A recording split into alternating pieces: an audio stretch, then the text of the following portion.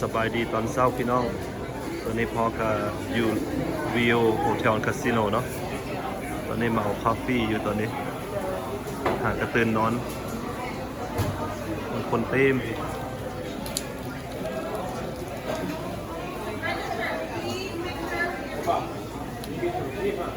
อันนี้ก็หากับประมาณ10 โมงเช้าเนาะ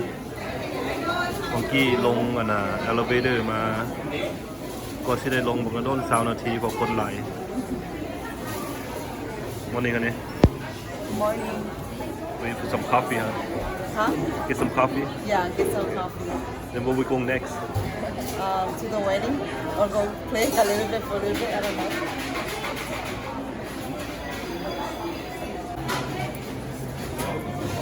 นี่ก็แมนเป็นข้าวจีเนาะอยู่ห้าง Starbucks มีเบเกิลส์มัฟฟินมีหลายอย่างพี่น้องมีแต่แนวแซ่บๆเมื่อกี้พนักงานเขาจะมาบอกว่ามันบีซี่คันเพลย์ออเดอร์ของเย็นหันประมาณ40 นาทีต้องได้ถามประมาณ40 นาทีสนะเฮาสิบ่ถามเนาะเฮาสิเอาแต่กาแฟฮอนคนเต็มพี่น้องคน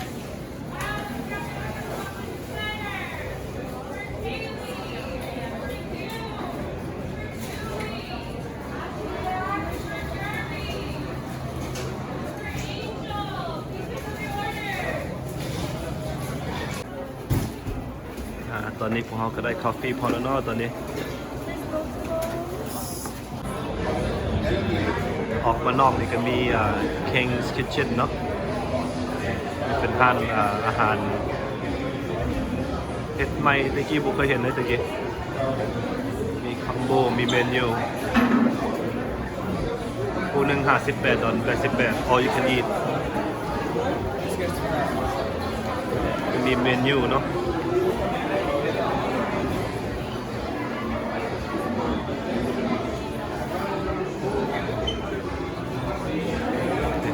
พี่คนเต็มพี่น้องทาน Starbucks สิขับเป็นอย่างเลาะเที่ยวมาเลยเงินมงสิเข้าไปลอยน้ำเด้อพี่น้องอยู่ริโอเนาะก็มีหม่องลอยน้ำเป็นสระลอยน้ำเป็นผู้สิวันนี้ฟ้าลมแต่ว่าอากาศร้อนหน่อยนึงเนาะแต่ว่าพอร้อนแบบนี้คนเต็มเลย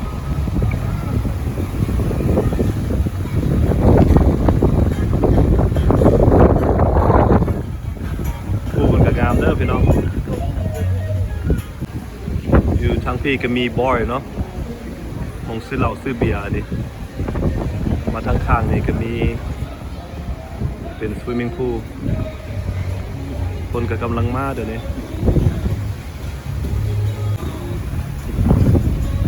งามเด้อพี่น้องเพื่อนอันนี้มันริโอโฮเทลคาสิโนเนาะโอเควันนี้พอจะไปย่างเลาะเบิ่งมองอื่นต่อ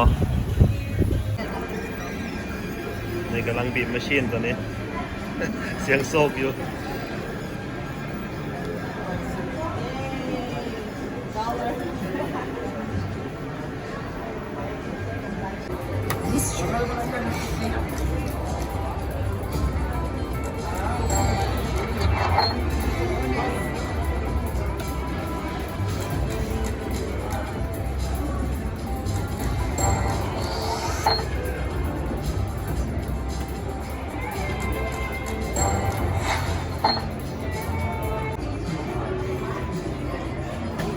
แมนยูริโอเด้อพี่น้องมีโรลเลตแมชชีน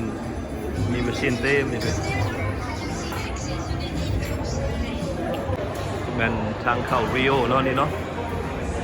ทางพี่ก็มีมองเช็คอินคีออสอยู่พี่มาไปเช็คอินทางคีออสเอาคีย์คอยแล้วก็มาทางนี้มีเซ็นเตอร์บอร์ทางนี้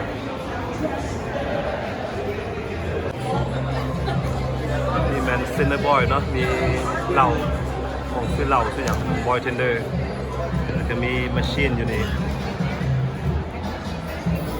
งามได้พี่น้องเลยทาง พี่ก็มีโต๊ะไพ่เนาะทางพี่เนาะคนเล่นไพ่เล่นอย่างนี้มีมาชีนเต็มเลย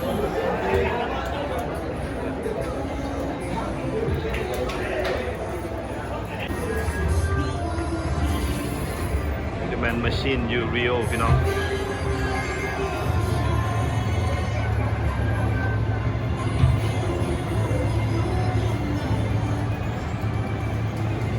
ย่างไปทางนั้นเนาะวันนี้เนาะในพอกาสิยางอ้อมคาสิโนเนาะตอนนี้เนาะยังเลาะเบิ่งว่าอยู่ริโอเป็นยังไงนี่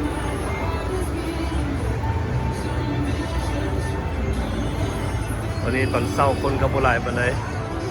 พี่มีหม่องเฮ็ดคาดเนาะหม่องนี้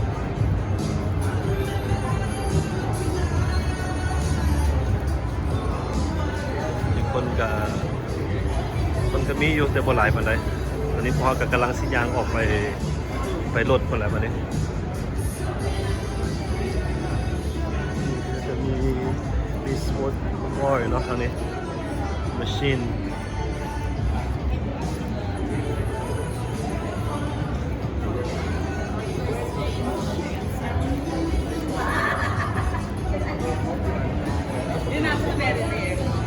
เกม Well Fortune ตัวนี้ขึ้นลิฟต์อ่ะ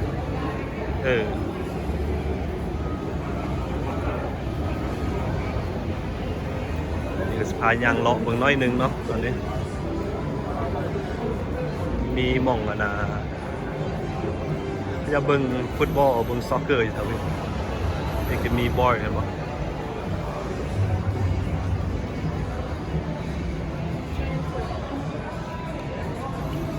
drink special 3 ดอนตัวนี้ก็มีทีวีแบบง่ายๆเพ่ให้เบิ่งเกมเบิ่งเนาะ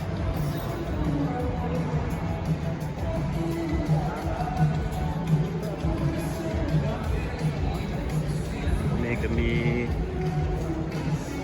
sign ว่า welcome to Las Vegas เนาะ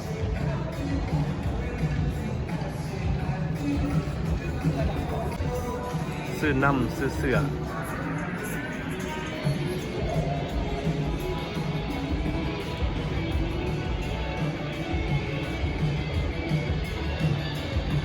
เป็นหม่องนั่งเล่นอันนี้มีทีวีเบิ่งเบิ่งเกมเบิ่งอย่างเนาะเบิ่งคอนเสิร์ตแถวนี้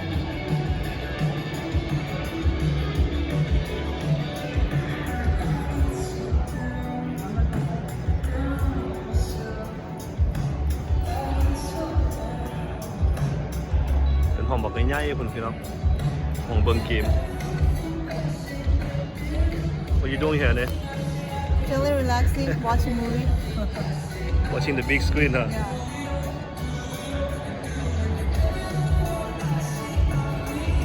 ตอนนี้ก็กำลังสิขึ้นลิฟต์เนาะตอนนี้เนาะ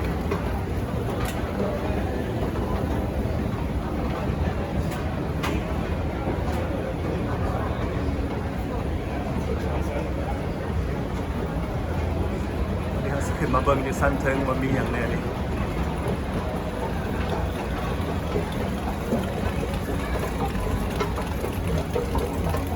ขึ้นมาพี่ก็มีห้านขายเครื่องเนาะห้านลัสเวกัสคือ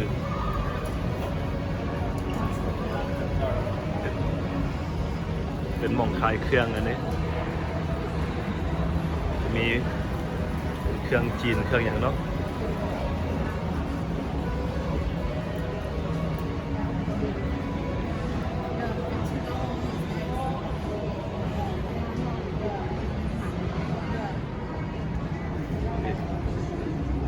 นี่ก็งามเลยนี่เป็นวิวทางเทิงเนาะตัวนี้เนาะ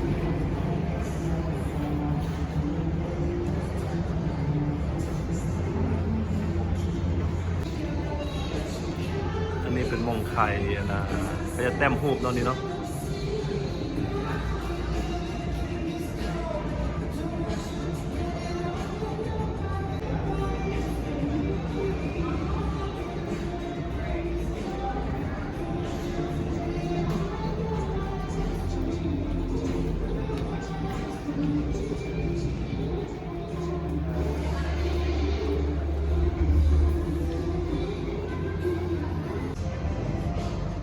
เป็นมองห้านแทททูนี่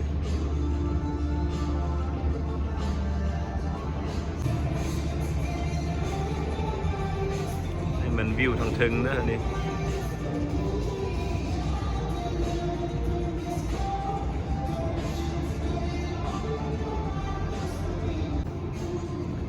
นี่ก็กำลังนั่งท่าสิไปคลับบิ้ง นี่มีห้านอีกเติมอันนี้มอช็อปโอเวอร์เครื่องแบบนี้เนาะนี่ก็เป็นมีเครื่องขายแบบนี้เป็นเครื่องของผู้หญิงอันนี้เป็นจิวเวลรี่เป็นเดรสเนาะราคาถึกซื้อ 50% off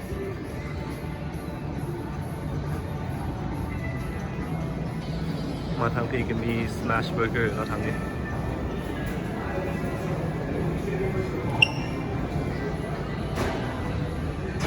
นี่พอกับกำลังสิออกไปพาร์กิ้งลาดเนาะตอนนี้เนาะ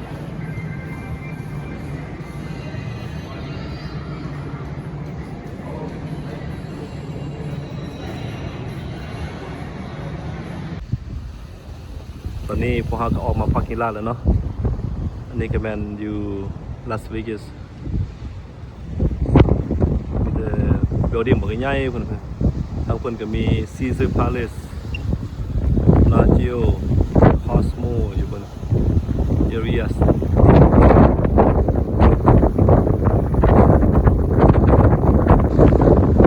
โตพวกเขาอยู่นี่ก็เป็นริโอเนาะนี่ตึกสูงๆเลยประมาณ20สั้นตัวนี้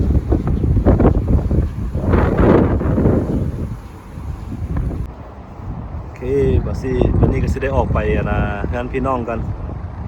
ในคลิปนี้ก็สิจบไปเท่านี้ก่อนเนาะอย่าลืมคลิกไลค์แชร์ Subscribe แล้วก็พบกันใหม่ในคลิปหน้าเด้อพี่น้อง